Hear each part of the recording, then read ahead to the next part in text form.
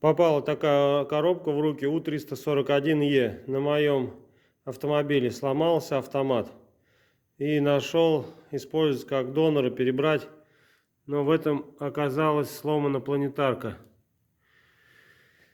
Пока искал новую планетарку, промыл гидроблок.